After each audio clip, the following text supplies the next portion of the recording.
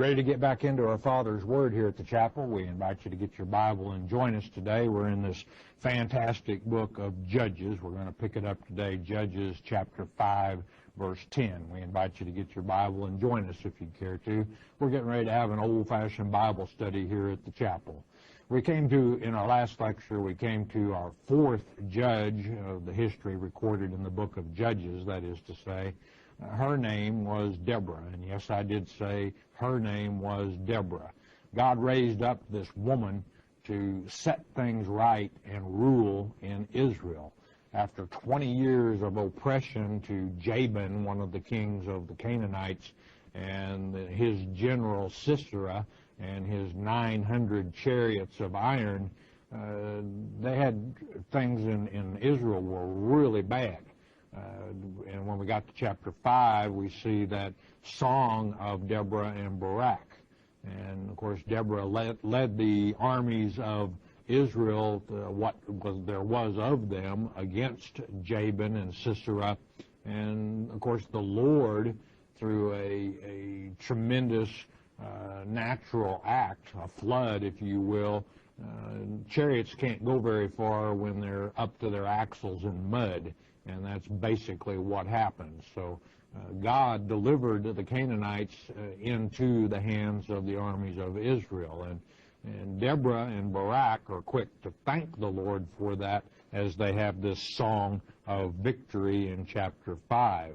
But as we ended our last lecture, we learned that things were not going well in Israel at all before this victory. It was to where people were afraid to use the main highways. Highway, probably not a good word, but the main thoroughfares for traffic. Why? Because they'd get stolen blind. They'd be robbed continuously if they got on the major highways. There was no law and order, if you will, in Israel at this time. And people took the back roads so that they hopefully would get where they were going with whatever they had on them when they started the journey. Also, Deborah pointed out that out of 40,000 of Israel, was there one who had a shield and a spear, indicating that the military might of Israel was probably at an all-time low. They weren't able to defend themselves, probably part of the reason that Barak was so hesitant to lead the armies of Israel against the Canaanites, and he told Deborah, if you'll lead, I'll be there with you. And sure enough, he did. So with that, and then the very last verse we covered yesterday in our last lecture, chapter 5, verse 9, Deborah says, my heart is toward the governors of Israel that offered themselves willingly among the people. Bless ye the Lord. And, of course, she's talking there about the men of Zebulun and Naphtali who sent those tribes sent 10,000 people that answered Barak's call. So there are some besides Zebulun and Naphtali, we'll see in this lecture today, that came to the aid of Deborah and Barak and the Lord. I'll add, there were some who thought about it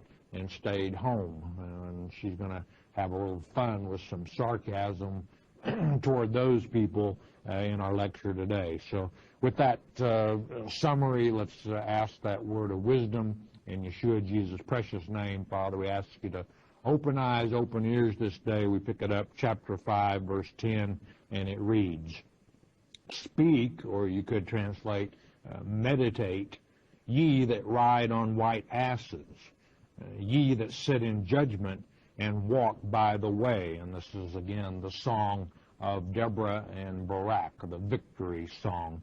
Now, what this verse is saying, those who ride on white asses would be considered upper class, people who have a lot of wealth. Those who sit in judgment, by the way, that word judgment can be translated carpet. The same word as judgment is carpet in the Hebrew language. And those who walk by the way are the lower class, those who don't have enough money to, for example, buy a white ass or other. In other words, what she's saying is this applies to the upper class, the middle class, and the lower class. In other words, this applies to everyone. Meditate on this. Verse 11. They that are delivered from the noise of archers in the places of drawing water, there shall they rehearse the righteous acts of the Lord, even the righteous acts toward the inhabitants of his villages in Israel. Then shall the people of the Lord go down to the gates. Now, the place of drawing water would normally be where you would find the women drawing water. And of course, that's not where you would find Deborah and Jael, the one who drove the tent peg through Sisera's temples, one side of his head to the other, nailing his head to the ground. But normally that's where you would find the women drawing. And what this is saying is that the women, while the men are off to war, would be speaking of the right acts of God in delivering the armies of Israel. And then they go down to the gates. I think this probably would refer to the warriors returning home as they're entering the gates and telling the women of the glorious, magnificent acts that the Lord did in this case in delivering Israel from the 900 chariots of iron of Sisera's army by flooding it to where, like I said earlier, they were up to their axles in mud. A chariot up to its axles in mud doesn't do anyone any good. Verse 12, the song of Deborah continues. Awake, awake, Deborah. Awake, awake, utter a song. Arise, Barak, and lead thy captivity captive, or lead the captives captive, better translated. Thou son of Abinoam. Now, the next few verses, verses 13 through 15, look back at the actual battle and the war itself. Verse 13. Then he made him, the him being Barak, that remaineth, have dominion over the nobles, or over the mighty, among the people. The Lord made me, this speaking of Deborah, have dominion over the mighty. And this is speaking of the 10,000 of Zebulun and Naphtali that answered Barak's call to arms. Verse 14. Out of Ephraim was there a root of them against Amalek. After thee, Benjamin, among thy people. Out of Machir came down governors, and out of Zebulun they that handle the pen of the writer. So we see some of the other tribes who sent troops to help Deborah and Barak, and again the Lord. Ephraim had some involved, Benjamin, Machir being one of the sons of Manasseh. This would be the half of the tribe of Manasseh that was on the west side of the Jordan River. They joined in as well. The last part of this verse really is not translated very well. The word pen in this is actually, you could better think of it as a rod rather than a writing instrument. A rod, for example, that would be used for numbering, and that's what this is talking about, is mustering the troops for the battle that was at hand with Jabin, the king of Canaan, and also his general Sisera. But with the writer of this would be one who would number the troops as they were preparing for this particular war. Verse 15. And the princes of Issachar were with Deborah, Issachar, Zebulun being the main two providers of troops. Even Issachar and also Barak.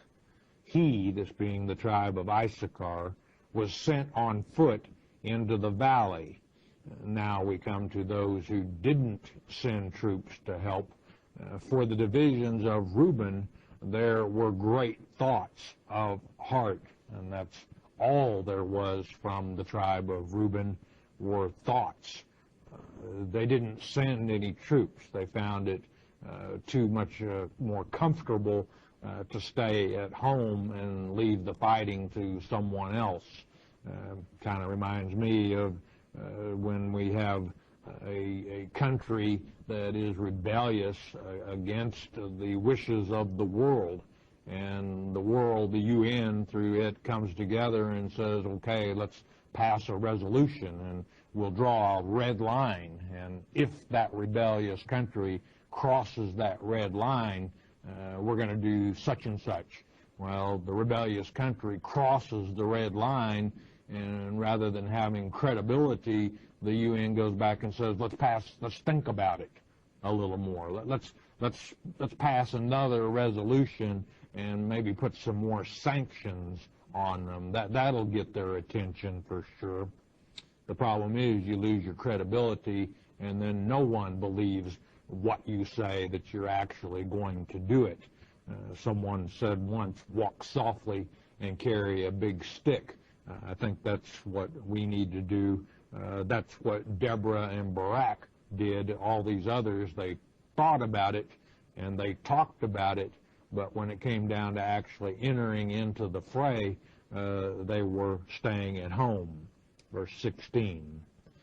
Deborah continues. She gets a little sarcastic with them, and you can't blame her after they had the brass to go and stand against Jabin and the 900 chariots of iron of the armies of Sisera when these guys decided to stay home. Why abodest thou among the sheepfolds? Why are you holding back? To hear the bleatings of the flocks. They didn't hear the noise of the archers that we talked about back in an earlier verse. What was it, verse 11, the noise of the archers. They heard the noise of the sheep bleating in contrast. To hear the bleatings of the flocks. For the divisions of Reuben, there were great searchings of heart. Back in verse 15, there were thoughts of heart. Now we have searchings of heart. For Reuben, the heart also can be translated mind. So here we see they thought about it, but they didn't come to the help. Verse 17. Gilead abode beyond Jordan. And why did Dan remain in ships? He continues the list of those who didn't send help. Asher continued on the seashore and abode in his breaches. Gilead, for those of you who don't know, is Israel on the east side of Jordan, that being half the tribe of Manasseh, Gad, and Reuben. We'd already talked about Reuben. Now we see that half tribe of Manasseh on the east side of Jordan, and Gad as well did not send troops. And you may recall when Israel was coming out of Egypt, and after 40 years of wandering around in the wilderness, finally going into the promised land. But the people of Gad and Reuben and half Manasseh said, look, this is a good land, that's on the east side of Jordan. There's a good pasture here, and we have a lot of flocks and herds. And so they petitioned Moses and the Lord to let them take their land of the promised land on the east side of Jordan. And the Lord told Moses, you tell them, yeah, build your houses and your sheep cots, and you leave your families, but your fighting men are going across Jordan with Israel to help them defeat the Canaanites.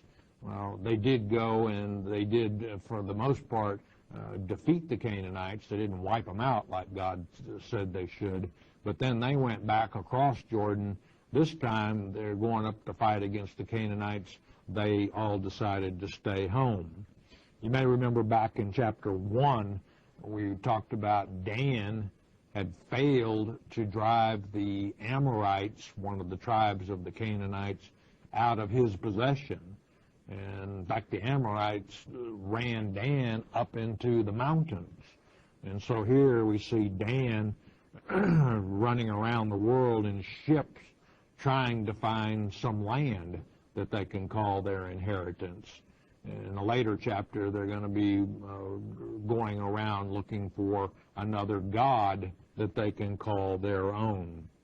This word breaches, the last word in this verse 17, you could think of it, it can be like a a bay or a creek, an inlet. And Asher was on the Mediterranean, so this is saying you decided to stay in the comfort and the safety of your little coves on the Mediterranean. Verse 18.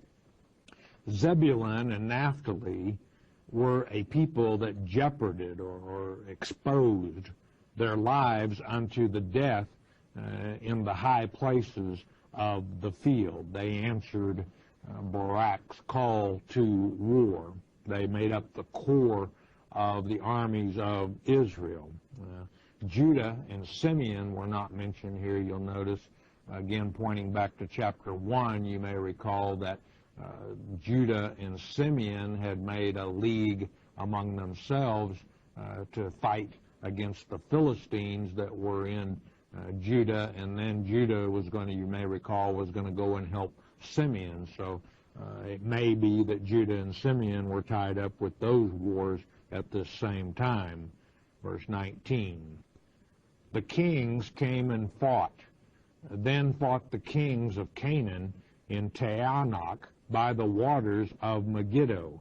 They took no gain of money. They didn't have any success, is what this means. There was no plunder or spoils of war because they weren't victorious, is what this is saying.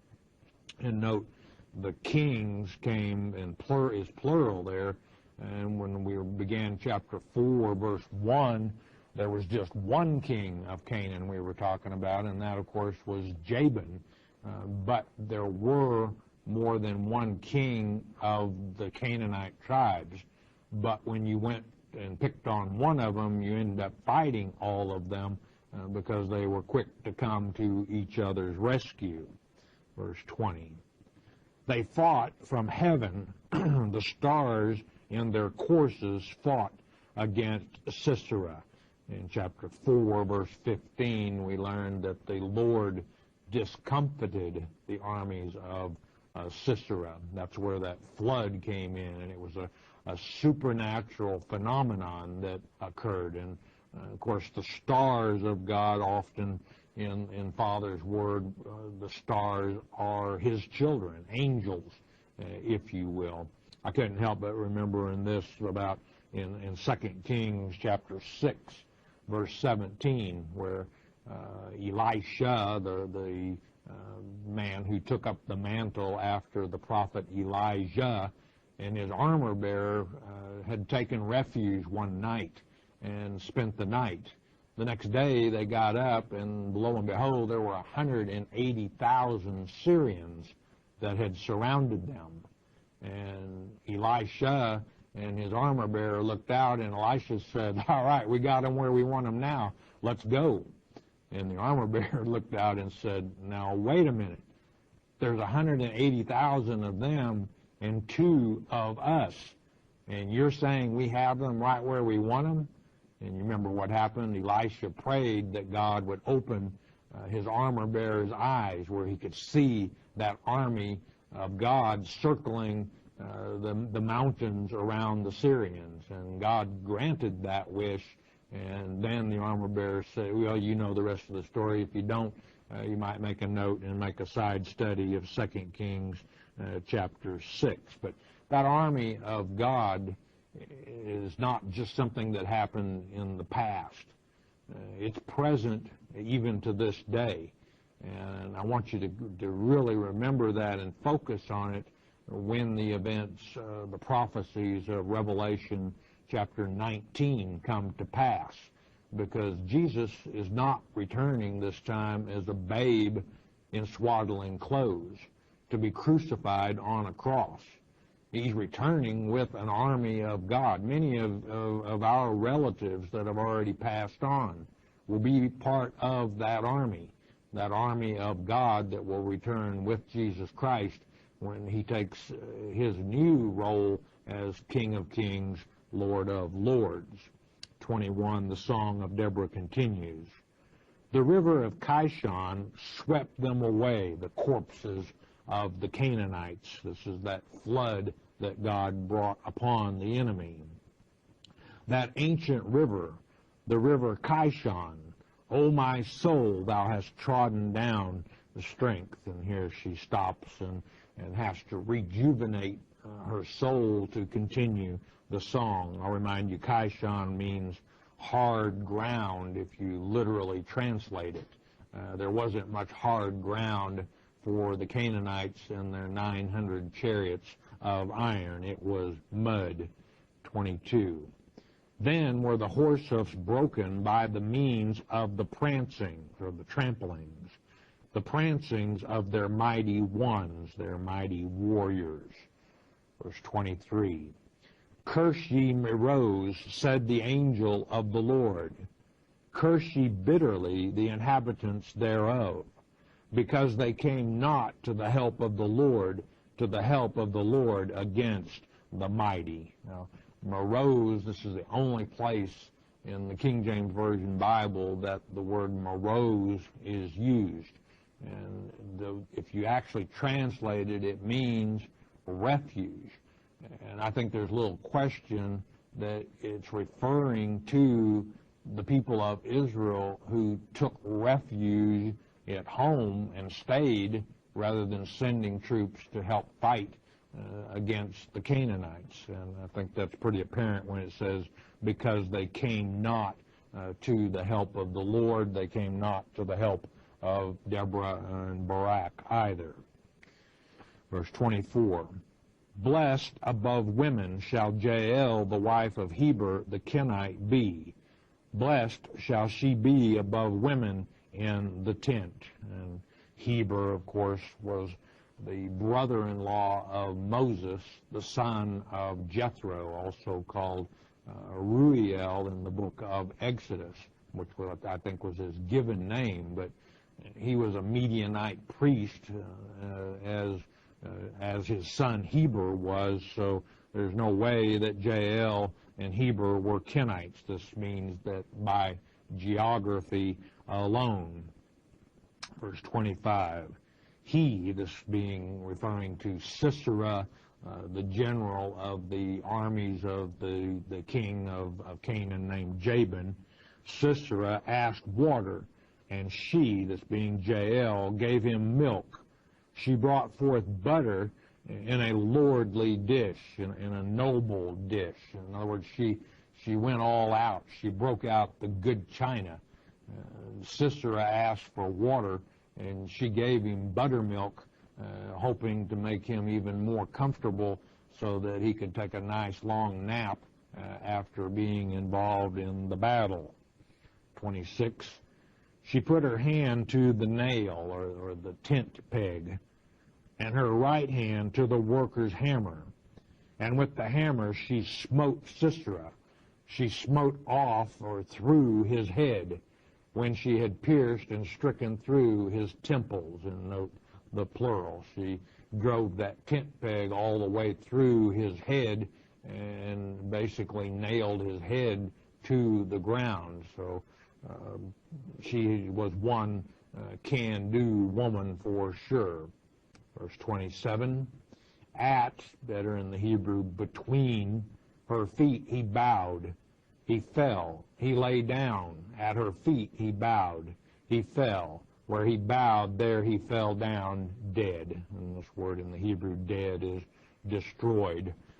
The terror of Israel, the leader of that army that had the people of Israel cowering from the major roadways through their nation because they were afraid of what would happen if they got on them.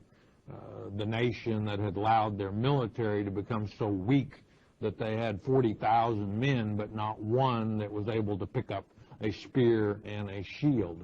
The terror of Israel has been destroyed by a woman. And once again, I'll mention 1 Corinthians chapter 1, verse 27, where it states that the Lord will use the weak things of the world to confound the mighty. And don't get me wrong here, I'm not a male chauvinist. I know what the book of Joel chapter 2 says, and Acts chapter 2 says, your sons and your daughters will prophesy. And those who try and say women should just keep their mouth shut in church don't understand God's Word at all. I'm a champion of women. And this, when we say a weak thing God would use to bring down the mighty, I can assure you that Sisera, being a seasoned warrior, if he had been told that a woman was going to take his life, he would have thought she was a weak thing, and he most definitely would have rather his armor bearer take a sword or a knife and do him in rather than have it that a woman took his life. And the fact that it says here, many critics say, well, how could he bow? How could he fall between her legs when he was already on the ground sleeping when she drove her tent peg through his head? And it did bring him down from being a general of the armies of Canaan that a woman was the one who introduced him to his maker. 28. Now back to Harosheth, the home of Sisera, as they are waiting for Jabin's armies to come home, Sisera to come home victorious. They'd have a long wait. Verse 28. The mother of Sisera looked out at a window, or through a window better, and cried through the lattice, why is his chariot so long in coming? Why tarry the wheels of his chariots? Where's my boy Sisera? What could possibly be taking so long that they're not home yet? His chariot, rather than hearing the wheels coming, is stuck up to its axles in the mud. 29. Her wise ladies, these are the ladies in attendance, if you will, her servants of the mother of Sisera, answered her, yea, she returned answer to herself. And this doesn't really carry what's going on. What's happened is Sisera's mother said, what could be taking so long? And her ladies in attendance are saying, oh, don't worry, it's okay. They'll be along any time now. But then Sisera's mother repeated her question again, verse 30. And now the ladies in attendance are waiting answer once again. Have they not sped? This in the Hebrew means that they have found damsels. Have they not divided the prey? To every man a damsel or two. To Sisera a prey of divers colors, many different kinds of cloth and yarns. Excuse me, a prey of divers colors of needlework, on both sides, meat for the necks of them that take the spoil. They're only delayed, Sisera's mother, because they're so busy dividing up all the spoil and the women. And the problem is, had Sisera been victorious, the women that would have been being divided up would have been of Israel. That seed line that Satan wanted to pollute so that Messiah would not come, being the point, by being defiled by these Canaanites. Verse 31, to complete the song of Deborah and Barak. So let all thine enemies perish, O Lord, but let them that love him, this being Yahweh, be as the sun when he goeth forth in his might. A new day for Israel as that sun rises in the east. And the land had rest 40 years. The rest of the time, no doubt, of Deborah's life. So we see this. Do you see a pattern developing? When we've got a strong leader, a judge of Israel that will set things right and rule, things go good. You have the Lord's blessings. You have peace. Excuse me. The oaks are popping here in Arkansas. I don't know if you know what that means, but when they go into pollinating, there's a fine yellow powder that gets on everything and in everything, including your throat, your nose, your eyes, and your lungs. So bear with me and we'll make it through this. But we see that pattern developing, that when there's a leader, things go well. But then as soon as that leader passes on, guess what? The people go back to their same ways, their ways of worshiping other gods. And it's that age-old story. You do things God's way, you're going to receive His blessings. You choose not to do things God's way, you're going to receive His cursings. And so after 40 years of peace, Israel goes back to their same old ways, and once again they'll cry out to the Lord. And we'll come to our fifth judge in our next lecture, his name, of course, being Gideon. Don't miss that lecture. We'll have a short message for you. Listen a moment, won't you please?